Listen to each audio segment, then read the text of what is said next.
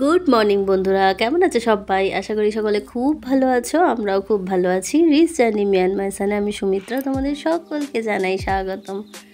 আজকের ভিডিওটা তোমরা দেখছো শনিবারের।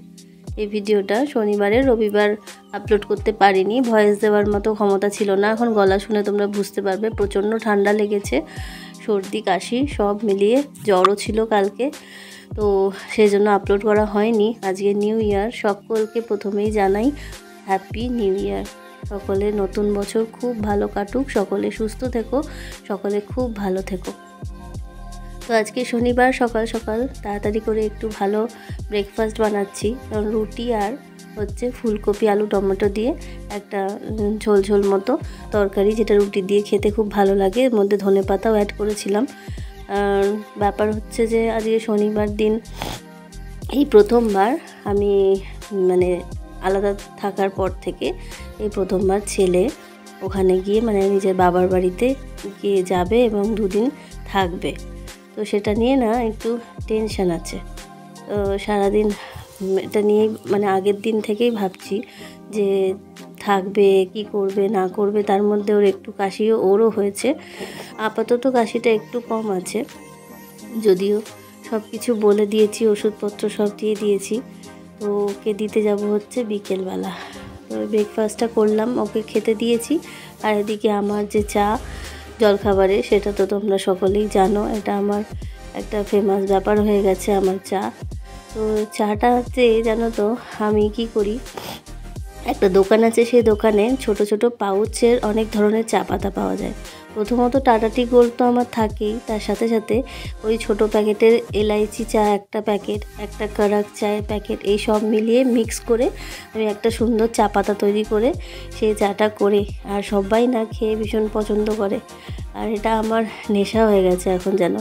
তো চা ফা খেয়ে ব্রেকফাস্ট করে তারপরে বাসনগুলো অনেকগুলো জমেছিল, ঝটপট করে বাসনগুলো আগে মেজে নিলাম। বাসনগুলো মেজে আজকে রান্নার মধ্যে কিছুই নেই, আলু পোস্ত করব আর হচ্ছে গিয়ে ডাল সিদ্ধ করেছি। ডাল সিদ্ধটা তোমার ওই টমেটো ধনে পাতা দিয়ে ডাল সিদ্ধ করেছি। যেহেতু ছেলে ওবেলা থেকে আর থাকবে না, ওই বাড়িতে যাবে, সেই জন্য ওই অল্প করেই একটু কিছু করে নিয়েছি। আর যেহেতু শনিবার নিরামিষও থাকে, তো সেই জন্য আর বেশি কিছু করিনি। এমনিতেও শরীরটা জুতের ছিল না, তো সেই জন্য আর সেরকমভাবে করা হয়নি। আর বেরিয়ে এসে থেকে এত কাচাকুচি করেছি যে ঠান্ডাই লেগে গেল। প্রত্যেক দিনের মতো ভিডিওতে সকলকেই প্রথমেই বলি, ভিডিওটা প্রথম থেকে শেষ অবধি দেখার জন্য। আর ভিডিওতে একটি লাইক করে অবশ্যই ভিডিওটা দেখো। তোমাদের একটি লাইক আমাদের ভিডিও অন্যদের কাছে পৌঁছাতে সাহায্য হয়। তো সেই জন্য বলবো, ভিডিওটাতে একটি লাইক দিয়ে পুরো ভিডিওটা অবশ্যই দেখো। স্কিপ করে করে দেখলে আমাদের মানে ওয়াচ টাইম বাড়ে না, যেটা যারা ইউটিউবার আমরা আছি তারা জানবে হয়তো।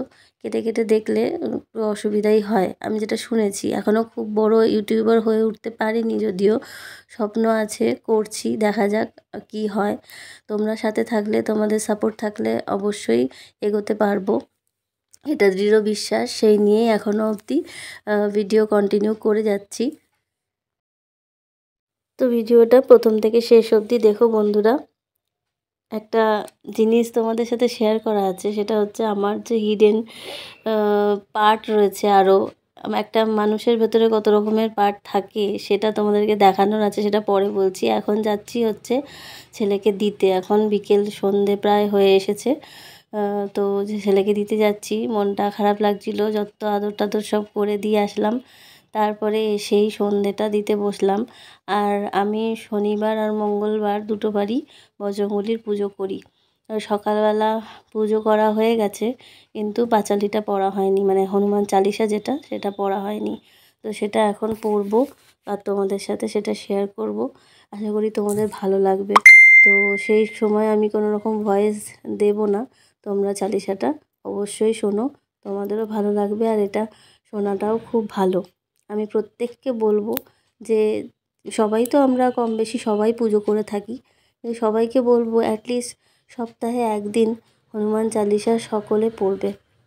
এটার একটা আলাদা পাওয়ার আছে, মানে সমস্ত নেগেটিভিটি দূর করে, মনে পজিটিভিটি নিয়ে আসে, অনেক মনে জোর বাড়ায়। সব কিছুর জন্য বলবো বজরংবলীকে স্মরণ করো এবং সকলে হনুমান চালিসা পাঠ অবশ্যই করো। সপ্তাহে একদিন হলেও এটা চেষ্টা করো। মঙ্গলবার বা শনিবার হলে তো খুবই ভালো হয়। তো চলো সবাই শুনতে থাকো আমার চালিসা পড়াটা।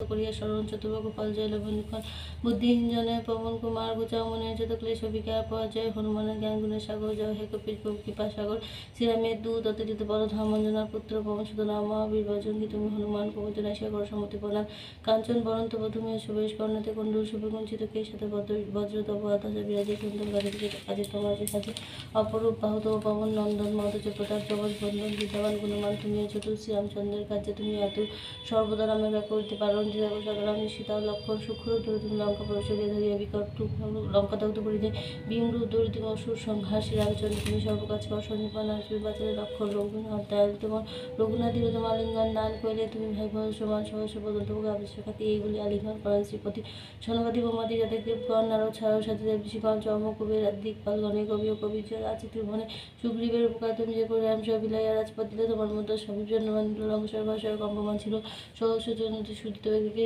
সমুদ্র ফল বেরিয়ে তার লেখা শীতের জয়রাম বলে তিনি অসীম সাগর পার হয়ে পড়েছিল লঙ্কার ভিতর দুর্গম যাতে আছে ত্রিভুবনে সুগম করতে সন্ধ্যা।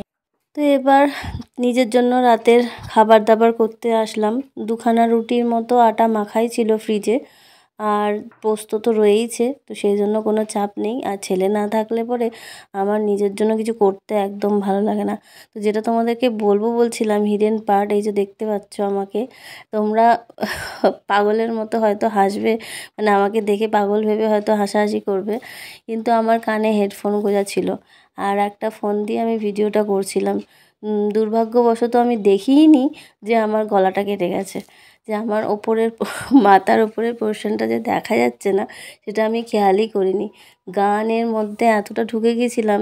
দেখো, এটা হচ্ছে আমার হিডেন পার্ট। আমি আগাগোড়াই মানে গান করতে তো ভালোবাসি, সাথে সাথে নিজের মতো নিজে এইটু নাচও করতে ভীষণ ভালোবাসি। তো আজকে হয়তো ছেলে এখানে থাকলে পরে আমাকে দেখে বলতো মা পাগল হয়ে গেছে, তো সেই জন্য ওর সামনে করতে পারি না এরকম। রান্না করতে করতে করা বা কাজবাজ করতে করতে গান গাওয়া, নাচ করা, এটা আমার ভীষণ ভালো লাগে।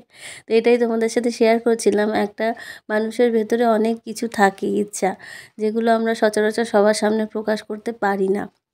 যখন আমরা একা একা থাকি তখন আমাদের এই জিনিসগুলো হয়তো বেরিয়ে আসে। সকলেই আমরা ভালোবাসি এসব করতে। তো চলো বন্ধুরা, আজকের মতো ভিডিওটা এই পর্যন্তই থাকুক। সকলে খুব ভালো থেকো, সুস্থ থেকো। নিউ ইয়ার সবার খুব ভালো কাটুক।